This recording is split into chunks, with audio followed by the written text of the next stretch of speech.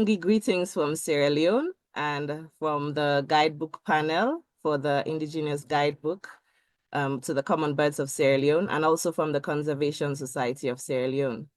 So for today's presentation, we'll be looking at the process we went through as a team to develop the Indigenous Guide to the Common Birds of Sierra Leone.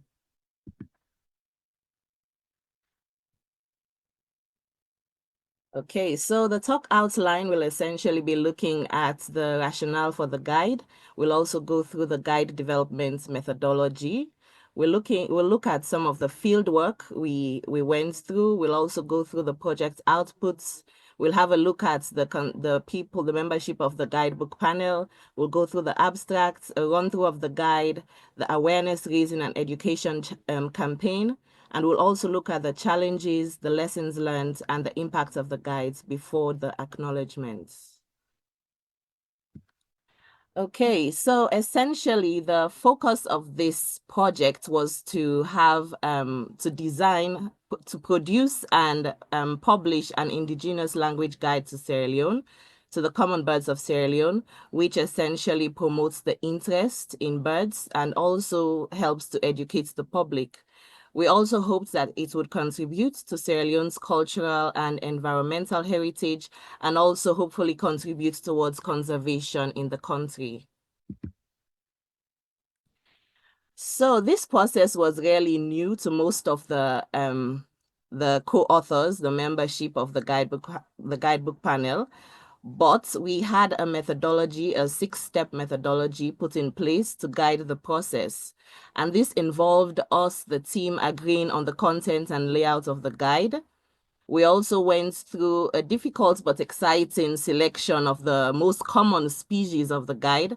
And for this, we had to employ the use of the Birdlasser app. And we got some of the most common birds that were recorded for Sierra Leone. And this helps us to conclude on those 60 birds that were made a part of this book.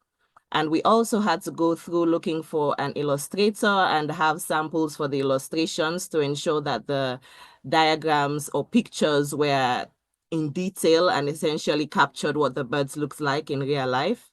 And we went through the fieldwork, which was the most exciting part, to determine the local language names of the common species. And then we proceeded to review, edit, finalize the draft text, and also printing and publishing the guide. So during our fieldwork, we employed the use of a questionnaire, and this is what it looks like. This is just a part of it. It was a 2-page questionnaire. And we also... Andrea, sorry to interrupt. Are you able to go to presentation mode? I thought I was on. Don't worry. If not, we can continue. But for example, like this slide, we can't really see clearly. Okay. Let me... If it's possible. If not, no, just let me continue. try to do that. I actually thought it was on presentation mode.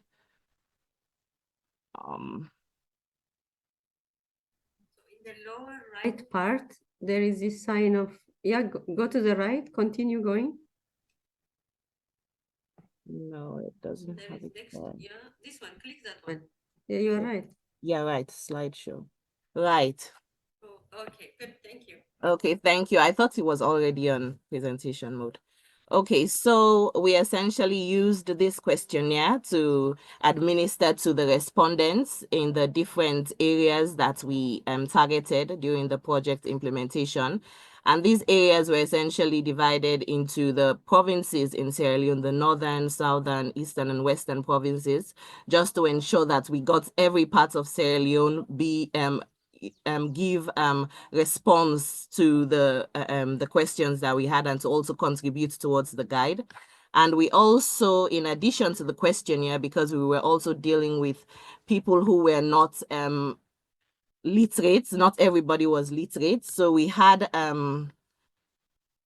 as you can see from this picture, we had a booklet that had pictures of the birds. And what we did here was to show the pictures of these birds to the people who were a part of the project part of the project and had to give responses. We showed them the pictures and they identified them, whether they knew the birds, and also they gave us the names of these birds if they had local names in their local languages. The project output of this project was essentially to have the indigenous language guide to the common birds of Sierra Leone developed. And the awareness raising and education campaign is underway and will be implemented by the Conservation Society of Sierra Leone. A poster of the common birds of Sierra Leone was also developed, as can be seen right here. We have 14 birds of the 60 species that are featured in the guide right here, and you have their pictures, you have their names, and also their local names in Mende, Timini, Creole, and also the scientific name. A guidebook panel was also developed, and this would be looked at a bit later. And at the end of the project, a report was developed and submitted to the ABC, who are the funders of the project. So this is what the book looks like. This is the cover page of the guide. It has the colors of the Sierra Leone flag, green, white, and blue. It also has featured on the cover the common bulbul, which is viewed as the most common bird across Sierra Leone. And you have here the logo of the Conservation Society of Sierra Leone, the implementing partner for this project, and the authors of this book. This is the guidebook panel I mentioned earlier, and featured myself, Andrea Hafner, an environmental specialist, and also the administrator for the Sierra Leone Bird Atlas project and co-author. We have Papani Baisise, who is also a CSSL project manager and co-author of the book. We also have Momo Baisise, a bird expert and the ABC representative for Sierra Leone, and he's also a co-author.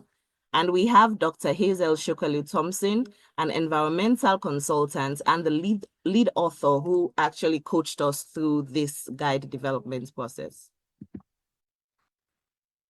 Briefly looking at what the guide essentially constitutes. The guide describes 60 common birds in Sierra Leone, and it has a high resolution color photograph for each bird.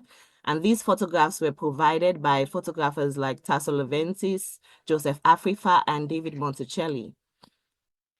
The birds are featured in the 3 main indigenous languages of Sierra Leone, which are Mende, Timini, and Creole. And there are also notes on each bird, which shows where they're likely to be seen. It talks about their behavior, their importance to man, and it also highlights some cultural connections to Sierra Leone. It also includes within the introduction information on the bird habitats in Sierra Leone and tips on bird watching and how to use this guide. As we can see here, this is the table of contents for the guide itself. It features key facts of Sierra Leone, how to use the guide, places to see these birds, how to look for birds, the list of the common birds, and the species accounts, which is essentially the main part of the book. It also has useful contacts and information on individuals and organizations that are doing environmental work in Sierra Leone. And we also have several other information within the guide, which includes information about the authors. It also talks about globally threatened birds in Sierra Leone and important bird and biodiversity areas within the country. So this is what the bird account page looks like. This is a double page of what the bird account looks like. So using the cattle egret as an example, you have the name right at the top and a picture of the bird right here. And then you have the names in local languages. So the cattle egret, for instance, is called Bani, and it also has several other names for this particular bird. In Timni, it's called Angtam, and in Creole, it's called cow angel. And you obviously have the scientific name, which is the Bubolcus ibis. On the other face of the book, you have a description of the bird. You have a description of where the bird can be seen. You also have important notes on the bird and also confusion species. So for instance, the cattle egret is very similar to another bird, the little egret. So the team also included confusion species so that for people who may not really know much about birds, they can be able to tell the difference when they see the cattle egret, for instance, and differentiate it from the little egret, which is also quite similar. Looking at the indigenous names of the common birds in Sierra Leone, these are panels from within the books. You have the red-billed or Senegal firefinch. In Mende, it's called Hai. In Temne, it's called Yente. In Creole, it's the Camarabod, which is very interesting because the Camara name is one of the most popular surnames for people in Sierra Leone. So this bird being very common, especially within the urban areas and where people are resident, it was called the Camarabod in in essence, basically because of its popularity within the community, just as much as the name is common. And you have the African green pigeon. In Mende, it's called Tapawe. In Timini, it's called Ankoro. And in Creole, it's called pigeon. It's just called pigeon, almost the same name as in English. And you have the scientific name, and the Senegal kukal is called Jebetwitwe in Mende. In Timni, it's called Anrunu, and in Creole, it's the clockboard or time board. The red-vented malimbe in Mende is called Dogbo Bakwi. There's no Timni name and there's no Creole name. So for some of the birds, we noticed that there are no names, and this was recorded, and we have not available for these languages that do not have a name for the birds. Also included within this guide are threatened species. So we have the common species, but we also use the opportunity to raise awareness about threatened species also in Sierra Leone. So we have featured in the guide the hooded vulture, which is called Yibe in Mende and Yuba in Creole. We have the Timine parrots, which is Poli in Creole and Fabwe in Mende, and the white-necked Picathatis, which is Plokunde in Mende. I haven't done justice because some of these languages are also not my native language, but we do have within the guide a useful aid to help to pronounce these names. They are done in, they are written out in this language. It just got off my mind in phonetics so that it can be easily pronounced if you actually use the pronunciation for the normal phonetics that we have in dictionaries. So what we noticed whilst out during the field work was that people do have a lot of connection with birds locally, especially in the rural areas. There was a lot of connection that we noticed as compared to the urban areas. But right across Sierra Leone, people had cultural anecdotes for certain birds in the country. So for instance, the owls are always thought to bring bad luck to people, and normally people will tend to drive them away with loud noises. They do not want them to be around where they live. The hooded vulture in some parts are sold for traditional medicine. And sometimes the hooded vulture is also caught and cooked or passed off as chicken for eating in the markets. These are illegal activities, and these are all contributing factors to the reduction in the population of these birds. The Senegal kukal in some areas in Sierra Leone, it is believed that having its feathers in the house brings protection from witchcraft. And the little swift, literally called the crazy bird in Creole in Sierra Leone because of the way it changes direction whilst in flight constantly. It also feeds on insects and on flies. So it's called the crazy bird, literally. And the cattle egret, because it tends to stay close to cattle and other livestock and feeds on insects, it is normally it's normally thought that it protects the cow. So it's called cow angel, literally, which is translated as cow, angel in English, the same as in Creole. And in some areas, they are believed to be spirits or genie inhabiting the earth, especially around cattle, but they are not seen by the cattle. The woodland kingfisher traditionally is believed that its bills hung on a rope and around the neck of young children will help children to talk quickly. It will help them to start conversation quickly. Basically, because of the fact that the woodland kingfisher is very loud, it's also very talkative at times. So people put the idea together and thought that these kingfishers, the beaks hung on the necks of children, will help them in their speech.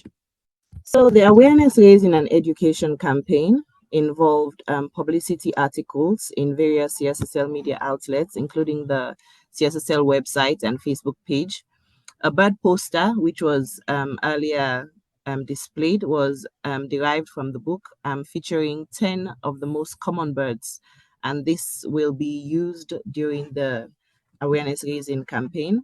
And the guide was also distributed free to bird club leaders and activists, school nature clubs, forest monitors, and other CSSL advocacy targets.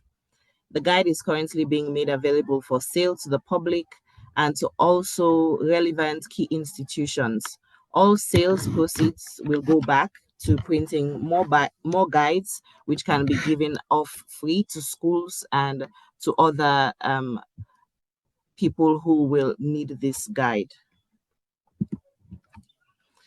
Some of the challenges that were faced during this guide development process included the poor quality of accurate bird drawings.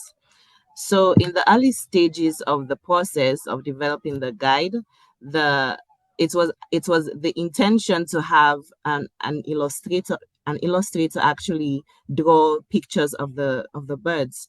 But we found out that these were not accurate and couldn't be used in a bird guide because these drawings need to be well detailed and actually represent the actual birds.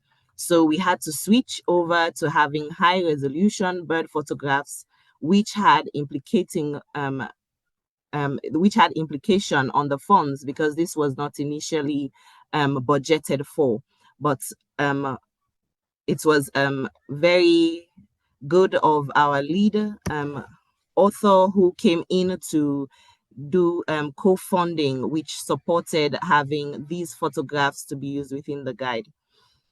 There were also different species having the same name across the country. So for instance, we had a pigeon, which was given as a local name to describe the pigeon, and also several dove species. So this was a confusion initially until we got to realize that this is the name used for both. And sometimes it was also the case that different species, same species had different names in different areas. So we had to go through a lot of screening to decide on the names that could be used within the guide.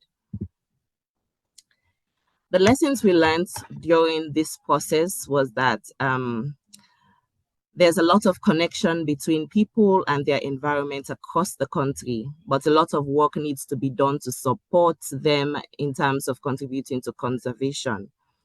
We also got to network with a lot of lay experts, which are essentially community people who have a lot of knowledge in birds and bird conservation and contributed a lot towards this guide. We collaborated with orthographic specialists who aided us in the writings of the local names, in transcribing these local language names into proper spellings. And we also had a lot of interest in the indigenous name identification for different languages across the country. Guide team developed a sales and distribution model, which was essentially a model which ensured that we did part sales and part distribution. So we had some of the guides for sale at the Conservation Society Sierra Leone, and we used these funds. We kept these funds for more printing of these guides, and the distribution part of the model ensured that a whole lot of guides were distributed to several players such as school nature clubs. We also distributed some to the ABC, the Western Area Peninsula National Park Bird Club members, and we also distributed to some of the field guides who are based and at some of the protected area sites. Okay. So the difference and the impact of this guide essentially is that it provides an affordable tool to generate interest in birds among Sierra Leoneans. So these pictures show handing over of some of these guides to some of the bird club members within the Western Area Peninsula National Park Bird Club. So we have these members who won a little competition and were handed over a guide. And we also have a handing over to a school principal here for the school nature club at her school.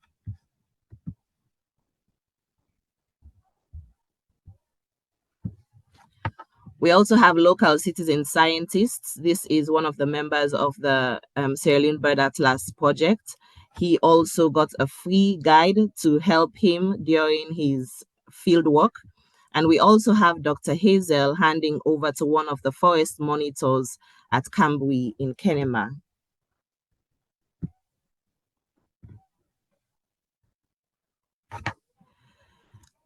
So the development of this guide was a really interesting and challenging feat. And we acknowledge Dr. Sheku Kamara and the Conservation Society of Sierra Leone for admin support. We acknowledge the African Bird Club for the bulk funding of this project, Dr. Hazel Shokolu Thompson for co-funding about 25% of the final expenditure, and several of our photographers, including Tasso Leventis, Joseph Kwesi Afrifa, and David Monticelli, for providing the bird pictures. And we also got granted license of use of work already online. And we also acknowledge Joseph John Bokari for doing the maps and Catherine Prinzing for creative support, the Sierra Leone Writers Series for publishing the book, the ethnographers, lay experts, and reviewers provided invaluable technical input, and the authors, that is ourselves, we are very grateful for our families for all the support over the years. Thank you very much for listening. Donc, c'était une présentation par Andrea, donc, qui nous a présenté le travail d'une équipe dont elle fait partie pour créer un guide ornithologique des espèces d'oiseaux communes en Sierra Leone. Et tout l'intérêt du guide, c'était de proposer un guide de 60 espèces d'oiseaux communs, en y ajoutant aussi des espèces menacées. Et donc, ce guide avait pour intérêt que le nom des espèces d'oiseaux était traduit dans les différentes langues locales. Donc, il y a 3 langues locales. Donc, il y a le Mende, Temne et Krio, si je prononce correctement. Et donc, l'équipe qui a réalisé ce guide est notamment allée sur le terrain, donc dans les différentes régions, avec donc des questionnaires, mais aussi différentes images d'oiseaux, pour justement rassembler à la fois les noms des oiseaux, comment les locaux appelaient les oiseaux dans ces différentes régions. Et aussi, ça a été l'occasion d'en apprendre un peu plus sur les rapports entre les gens et les oiseaux qui les entourent. Et donc, plusieurs espèces d'oiseaux font partie un petit peu de la culture locale. Donc, il y a différentes anecdotes et histoires et aussi croyances liées à différentes espèces d'oiseaux. Et donc, le guide, au départ, était censé être fourni d'illustrations, mais il s'est avéré que c'était un petit peu compliqué d'avoir des illustrations qui puissent être fidèles aux différentes espèces d'oiseaux. Donc, il a été choisi de plutôt avoir des photos de très bonne qualité pour chaque espèce. Et donc, sur le guide, on a donc d'un côté les oiseaux donc, présentés avec une photo de haute qualité et donc les différents noms en langue locale. On a des informations sur donc une description brève de l'oiseau, sa taille, les zones où cet oiseau est visible, et aussi un petit paragraphe sur les espèces avec lesquelles un oiseau en particulier peut être confondu, donc pour éviter justement qu'il y ait des confusions entre les espèces. Euh, donc, un des, une des difficultés que l'équipe a rencontrées, c'était bah, justement quand il a fallu nommer, choisir un nom pour chaque oiseau dans les différentes langues locales, ils se sont aperçus que en fonction des régions, certains oiseaux avaient, alors différentes espèces d'oiseaux avaient les mêmes noms en fonction des régions. Et donc, il a fallu décider d'avoir un seul nom pour une seule espèce. Donc ça, c'était une des difficultés, c'est de savoir bah, voilà, quel nom on va utiliser, un nom unique pour une espèce. Donc, une fois que ce guide a été produit, il a servi, donc il a été distribué dans les écoles, aux activistes, à tous les naturalistes de Sierra Leone. Il est aussi disponible à la vente et donc les revenus générés par la vente du guide servent pour continuer à imprimer de nouveaux guides. Et globalement, l'objectif de ce guide, c'est de servir d'outil pour développer l'intérêt du grand public en Sierra Leone pour les oiseaux et aussi bah, être un outil éducatif pour les clubs nature, pour les écoles. Voilà, merci.